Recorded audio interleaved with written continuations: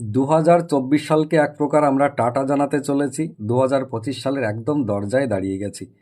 এই সময় বিশ্বাস ইনস্টিটিউট তথা 22 বর্ধমান ইউটিউব চ্যানেল তথা 22 ম্যাথ পাগলা ইউটিউব চ্যানেলের পক্ষ থেকে আমি আপনাদের সামনে একটা ভীষণ বড় ঘোষণা করতে চলেছি, যেটা নিয়ে আমার আপামর দর্শকবৃন্দ যারা ছিলেন প্রত্যেকে ইচ্ছা প্রকাশ করেছেন, প্রত্যেকে চেয়েছেন যে আমি আপনাদের সামনে নতুন করে আগের মতো ইউটিউব চ্যানেলে ফিরে আসি।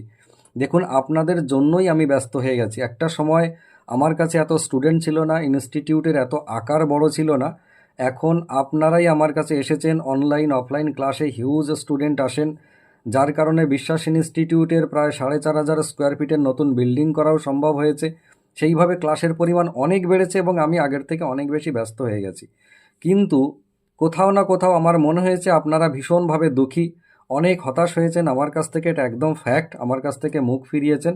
অনেক আশা করেছিলেন যে আমি আপনাদের সামনে এই ধরনের ভিডিও নিয়ে আসবো, রেগুলার ক্লাস আনবো।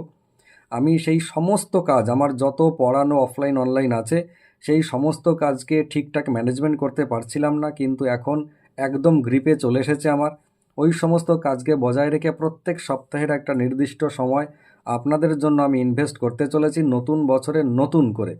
এই নতুন বছরে যেটা পাবেন আমার কাছ থেকে সেটা হচ্ছে প্রত্যেকটা চ্যাপ্টারের একদম অধ্যায়ভিত্তিক যেমন ক্লাস হয়, বেসিক থেকে মডারেট লেভেল পর্যন্ত, এবং তারপরে মডারেট থেকে অ্যাডভান্স লেভেল পর্যন্ত প্রত্যেকটা চ্যাপ্টারের পার্ট পার্ট অনুযায়ী ক্লাস পাবেন। এবং আগামীতে যে পরীক্ষা সামনে আসবে সেই পরীক্ষার প্রশ্নের ধরন রিলেটেড প্র্যাকটিস সেটের সমাধান নিয়ে আসবো আপনাদের জন্য। তার সঙ্গে প্রিভিয়াস ইয়ারের কোশ্চেনের অবশ্যই অ্যানালাইসিসও করব, একেবারে রাজ্য সরকার থেকে শুরু করে কেন্দ্র সরকারের পরীক্ষাগুলোর।